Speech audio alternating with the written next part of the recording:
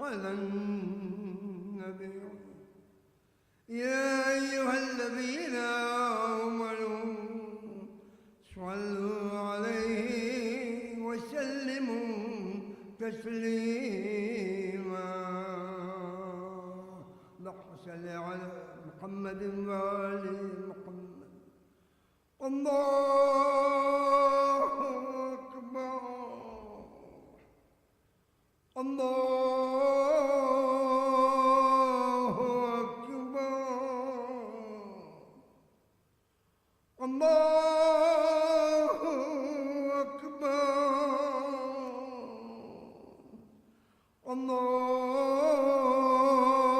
الله أكبر.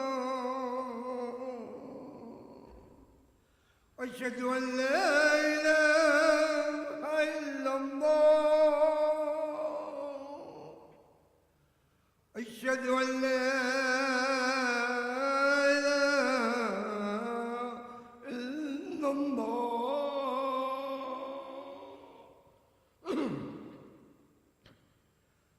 أشهد أن محمدا رسول الله صلى الله عليه وسلم. أشهد أن محمدا رسول الله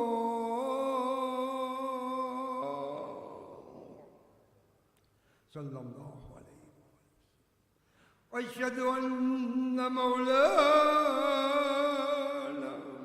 أمير المؤمنين وإمام المتقين عليا ولي الله صلوات الله والسلام عليه. أشهد أن عليا حجة الله صلوات الله والسلام. حي على الصلاة. حي على الصلاة.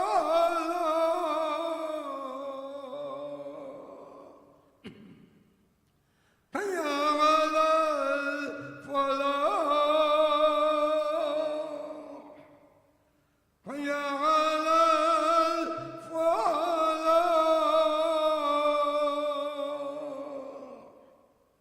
حي على خير العمل. حي على خير العمل. الله أكبر. الله أكبر. لا إله إلا الله. لا إله إلا الله.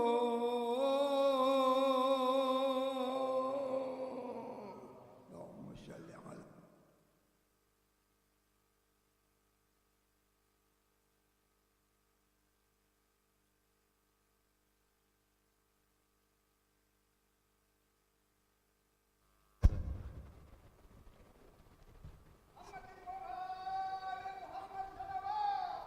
اللهم صل على محمد وآل محمد وعجل فرجهم. You can hear me? Apparently mic is not connected. It's on. Yeah. Hello. Yeah. اللهم صل على محمد وآل محمد. بسم الله الرحمن الرحيم. الحمد لله رب العالمين. نحمده ونستعينه ونؤمن به ونتوكل عليه ونستغفره ونتوب عليه ونصلي ونسلم على حبيبه ونجيبه وخيرته في خلقه حافظ سره ومبلغ رسالاته سيدنا ونبينا أبي القاسم المصطفى محمد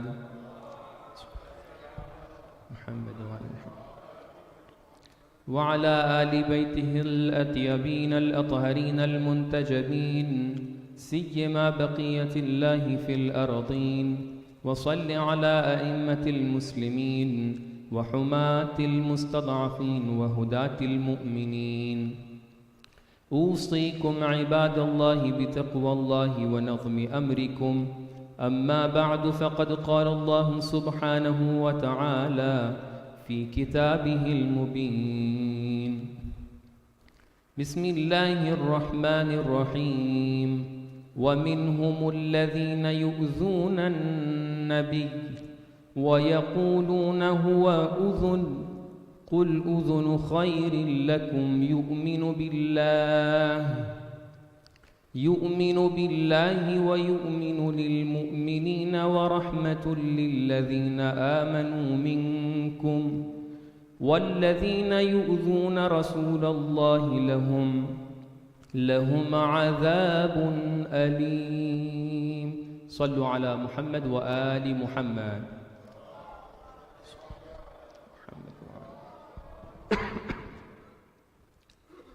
Respected elders, scholars, brothers and sisters, Assalamu alaikum wa rahmatullahi wa barakatuh. In the beginning of my khutbah, I would like you and myself to remember Allah subhanahu wa ta'ala and to be mindful of His teachings in each and every aspect of our lives. And He should be the one that we should be mindful of, we should be fearing from, and we should be respecting. In front of every other being in this world, the person in any terms that you can imagine, it is explained in the holy book of Quran. If you imagine that we are talking about knowledge, for example, He says, وَفَوْقَ كُلِّ ذِي عِلْمٍ عَلِيمٍ. He is above every knowledgeable person. If you imagine the power, He says, إِنَّ اللَّهَ عَلَى كُلِّ شَيْءٍ قَدِيرٍ. He is the one who's having power on top of every other being, every other establishment, every other person who can be deemed as powerful person. So that is why we are reminding ourselves again and again to be mindful of Him and to feel Him, to recognize Him, to connect with Him in every aspect of our lives. So the discussion that we had in previous khutbahs as well was a discussion, and the theme was this theme that we were talking about, the bridging the generational gaps. So we divided the generations into two groups, that we feel that there is a big gap, and it's based on the evidences that we have, that many a times we have problems, many a times we cannot understand each other, many a times maybe the elder generation would feel that we are not respected enough, and the younger generation would feel that we are not heard enough, we are not noticed enough. So that is why sometimes it's not about being right or wrong, it's not about being good or evil, it's about understanding the different aspects of one reality. So we initiated this discussion over here, that there should be a discussion through which we can bridge the gap between the two generations. And we presented before it that in order to bridge the gap between the generations, we have to understand the generations first. If you are not understanding, you cannot bridge, you cannot decrease the gap between them. And then after understanding, we presented that one of the discussions is appreciation and also to be thankful towards the generations. Younger generation should be thankful towards the elder generation, and even elder generation should be thankful towards the younger generation. Let's say we are having a number of activities over here. So from amongst the younger generation, like I said before, please keep this in mind, that the elder generation has more tendency to preserve the values comparing to the younger generation. Isn't this a reality? You as the elder generation, you have more interest to preserve your culture, your religion, your values in your grandchildren, in your children, and in the younger generation. If this is the case, you have to be more sensitive, you have to be more caring, and you have to be more merciful, more lenient. If you are showing lesser acceptance, if you are showing lesser mercy towards them, and you are becoming strict in every aspect, they don't have interest to preserve your values. This is the reality I'm talking about. They should be, but they are not interested. So for example, we have a number of activities over here. Let's say the younger generation, they are putting efforts. They are coming, participating. They are coming to recite, for example, on Saturdays, the kids are coming to recite the dua. You are preparing them. You are teaching them. But when they come, it happened. It was the time of Asr, but they recited the taqib of Isha. It happened once, yes, Nashad bhai? So what happens over here? If I become very strict, how could you do that? How could you do that mistake in masjid that you recited the taqib of Isha at the time of Asr? That's a big sin. Then what happens is, since they don't have interest to preserve your values, they would decrease their interest. They would be discouraged from the same matter. They are coming, participating in reciting Quran. If you are becoming strict towards even every mistake that they do, they would get discouraged. So again, over here, it is your interest. So who should be more careful? Who should be more, over here when there is a mistake, who should be paying more attention that we should be sometimes accepting the mistakes as well? It is us, if I consider myself in the elder generation. So, continuing our discussion, so today we have the discussion of listening. One of the things through which we can bridge the gap between generations is listening, is to listen to each other. And for that purpose, I recited the verse number 61 of chapter Tawbah in front of you, where Allah subhanahu wa ta'ala mentions that, and the occasion of revelation, the sha'n nuzul of this ayah is that there were a number of munafiqeen, hypocrites. They used to come to Prophet, and one of the names that we can mention over here was Nabtal bin Harth. He was one of the big names at that time amongst the munafiqeen, that they used to abuse Prophet when they were sitting with their groups, and they used to use the evil words. They used to abuse Prophet, they used to call him with the funny names, and they were saying that if the Prophet gets to know that we were saying this, we will make something up. We will say we were, talking about someone else. And we will go to Prophet and tell him stories that we were talking about someone else, it was not you. And it happened many a times that they, after doing the same thing that they were talking about Prophet, they were abusing him, they were calling him with funny names, they came to Prophet and Prophet become to know that they were talking the same way, they were telling the same names, and then they used to come to Prophet and say, Prophet, we were not talking about you. Or sometimes it happened that they came and they said, we are very sorry. We said so, but we are very sorry. So what was the reaction of Prophet at that time? Our holy Prophet used to listen to them.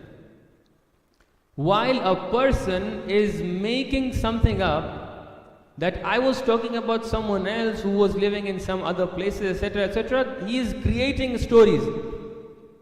He is coming up stories from his end. And what is the reaction of the Prophet? He is listening to him. Whereas Prophet knows that this person is telling the lie. Now, when they used to come to Prophet, they used to come up with the stories, they used to say that we were talking about someone else, and Prophet was dedicated to listen to them.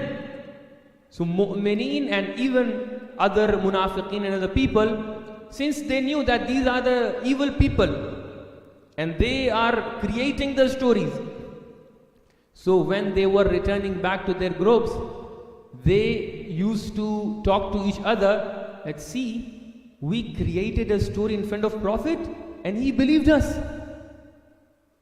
And he believed us, and it happened many a times. For 1 time, 2 times, 3 times, and always Prophet used to listen to them.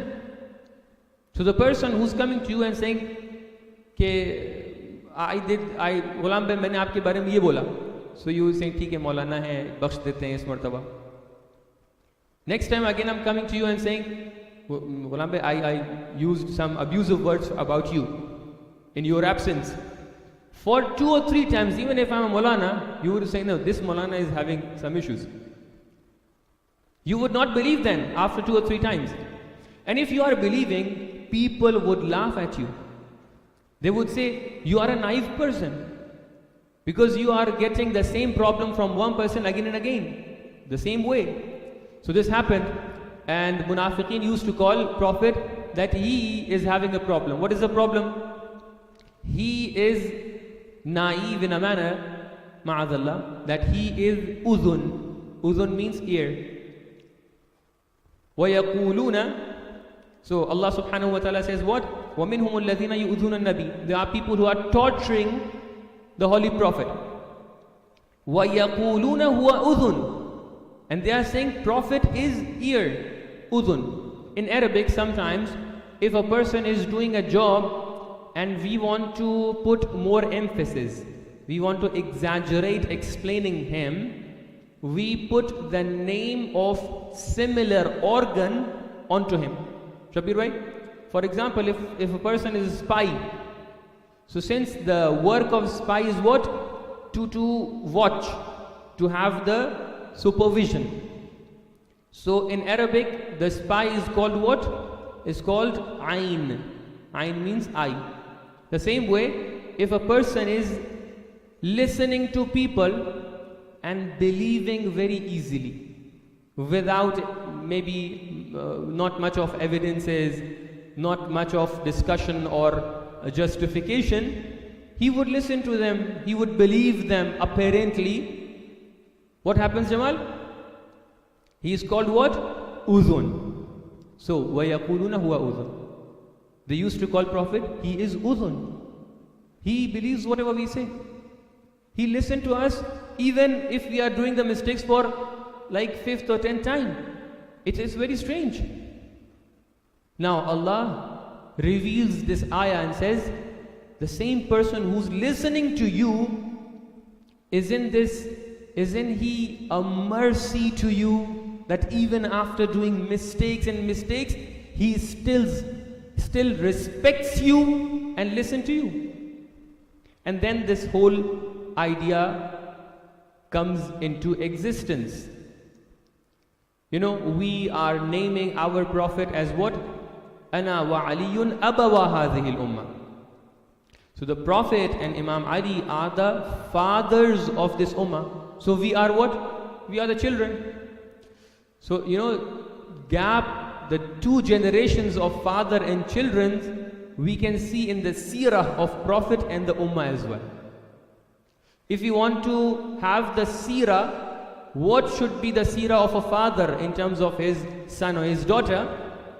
You can see what is the seerah of Prophet towards the ummah and the Islamic nation. So when the people who are doing mistakes again and again coming to Prophet is not announcing their mistakes. Let alone the discussion of mistakes, even in the very initial stage, Prophet listens to them. This is something which we are lacking. We are not good listeners. Are we good listeners? We are not.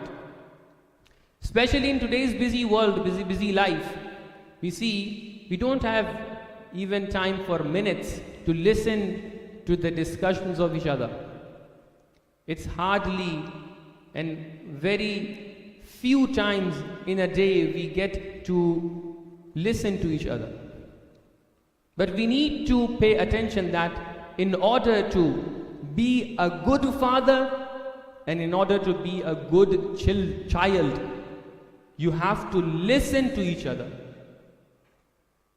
If the generations are not listening to each other, they would always have problems because they are not listening. They are just assuming. They're assuming that this is happening.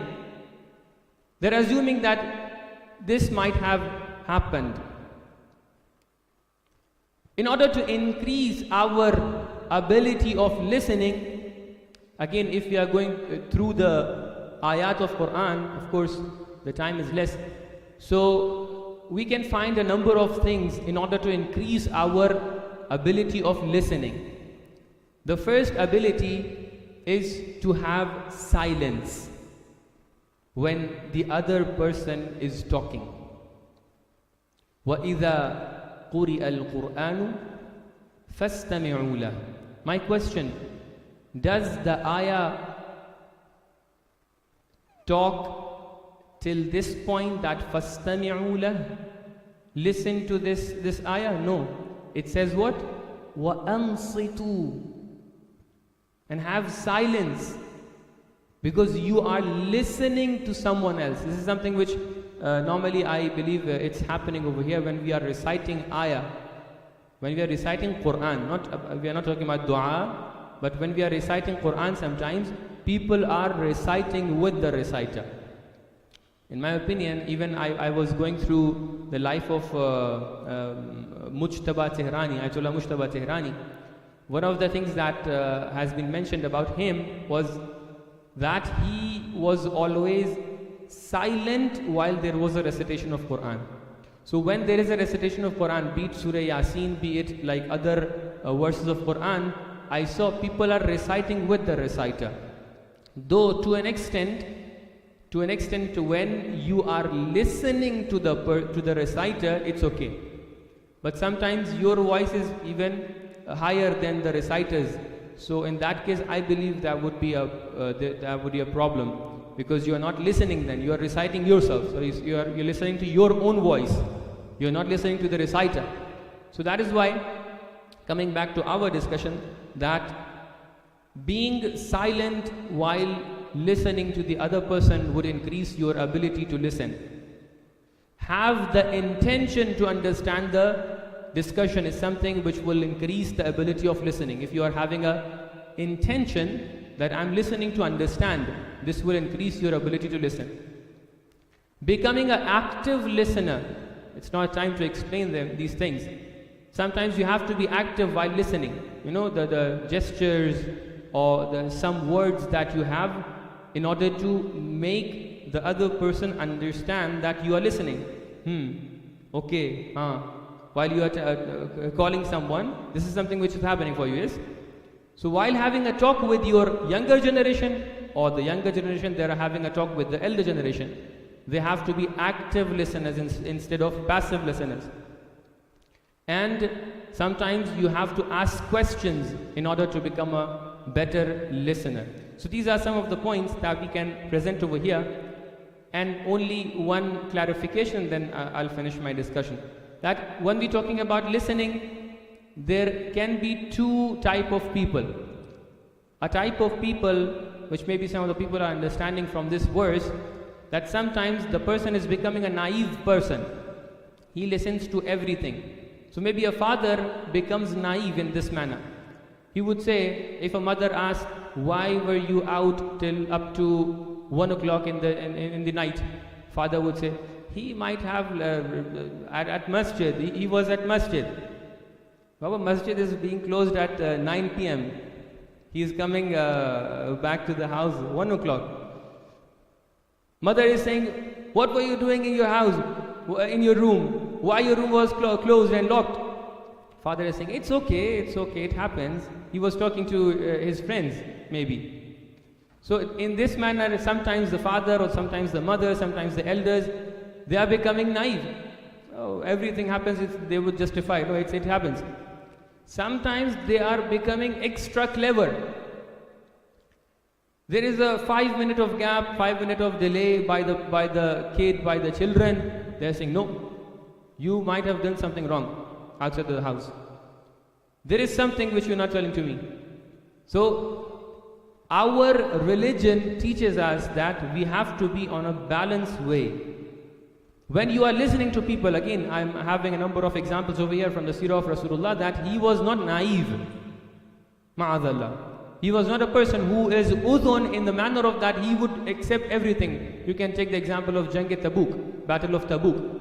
When he ordered for a masjid, for a mosque that was built to create fitna at that time, he commanded to get destroyed, a masjid. So he was strict on time, he was merciful on time.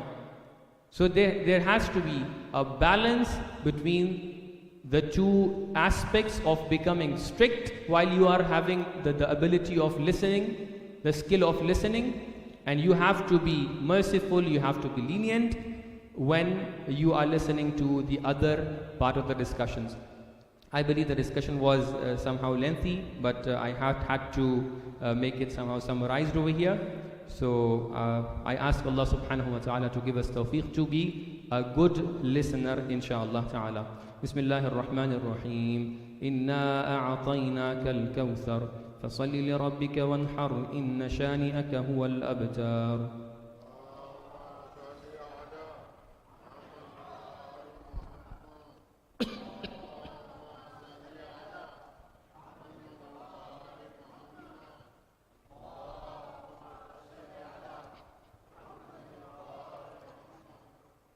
أعوذ بالله من الشيطان الرجيم بسم الله الرحمن الرحيم الحمد لله رب العالمين وصلى الله على سيدنا محمد وآله الطيبين الطاهرين اللهم صل على محمد وآل محمد. السلام عليكم ورحمة الله وبركاته جميعا. Again, in the second khutbah, just to make it very brief and summarized,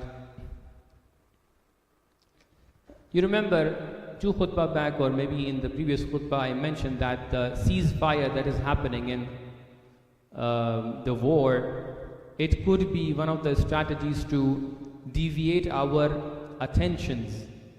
And I believe this is the thing that happened. Have you felt that from the last time the announcement of ceasefire was there, from that time up to now, we felt that some relief came to us, yes? And we are not following the same way we used to follow before. Isn't this the reality, if you have felt that? Whereas, after the ceasefire, after they resumed the war again, even a big number of people, of buildings, of different locations have been destroyed. And this is ongoing. This is something which is happening that when there is a ceasefire, all the people who are supporting certain countries and certain people, they are getting this psychological message that okay, this is a relief and the war has ended, and now they are not following the same way they used to follow before. They are not opposing the same way they used to oppose before. They are not boycotting the same way they used to boycott before. So this is happening, and this is something which we can feel right now. So my request would be, if you were supporting certain people, you have to continue the same way you used to do even before ceasefire, because it's happening now, and it's happening on even the places that were not there in the first position. So it's not only about the land it was before, it is also the other land which was free before. Anyhow, I'm not going into discussion. There is also a good news in terms of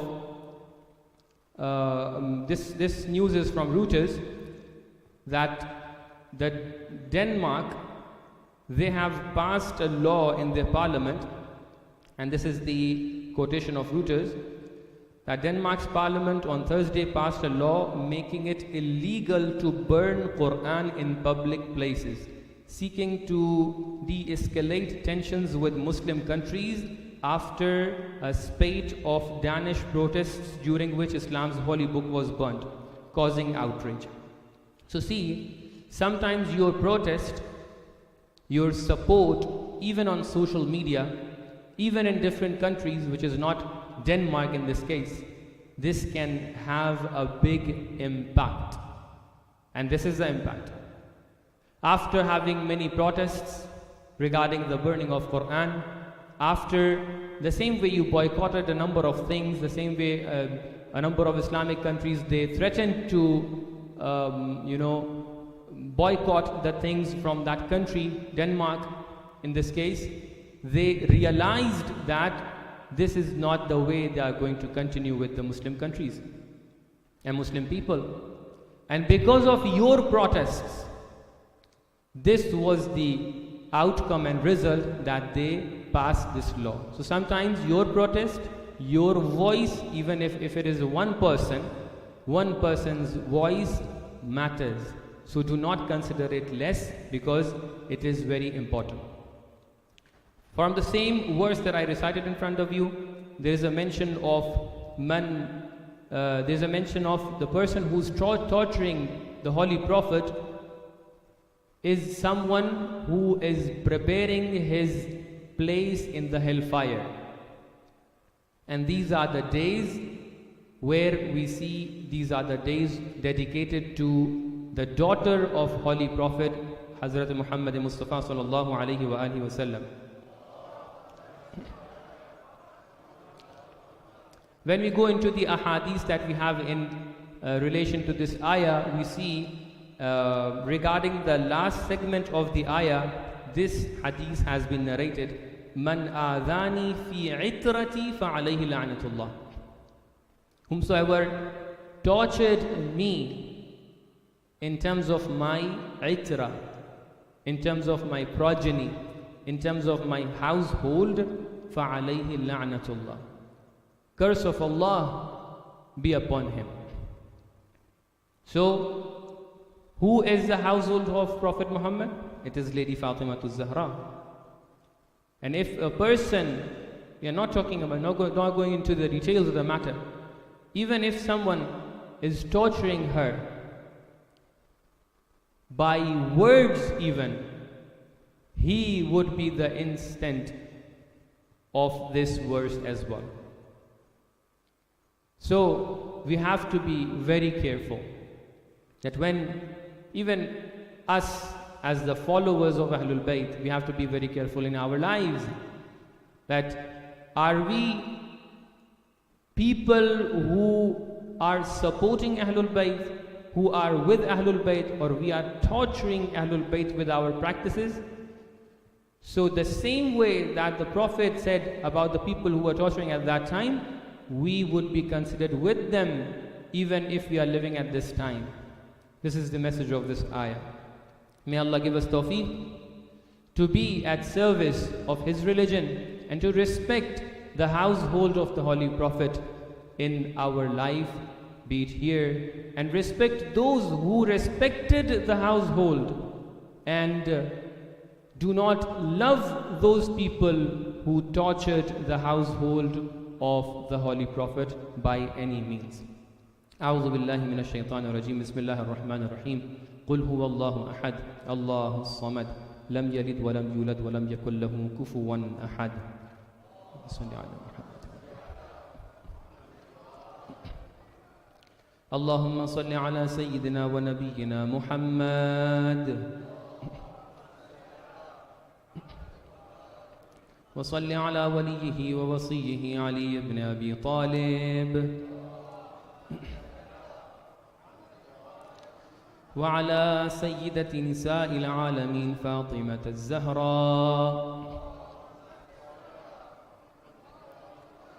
وعلى سبطي نبي الرحمة الحسن والحسين وعلى علي بن الحسين ومحمد بن علي وجعفر بن محمد وموسى بن جعفر وعلي بن موسى ومحمد بن علي وعلي بن محمد والحسن بن علي. اللهم صل على الحجة الثاني عشر بقية الله المنتظر مولانا صاحب الزمان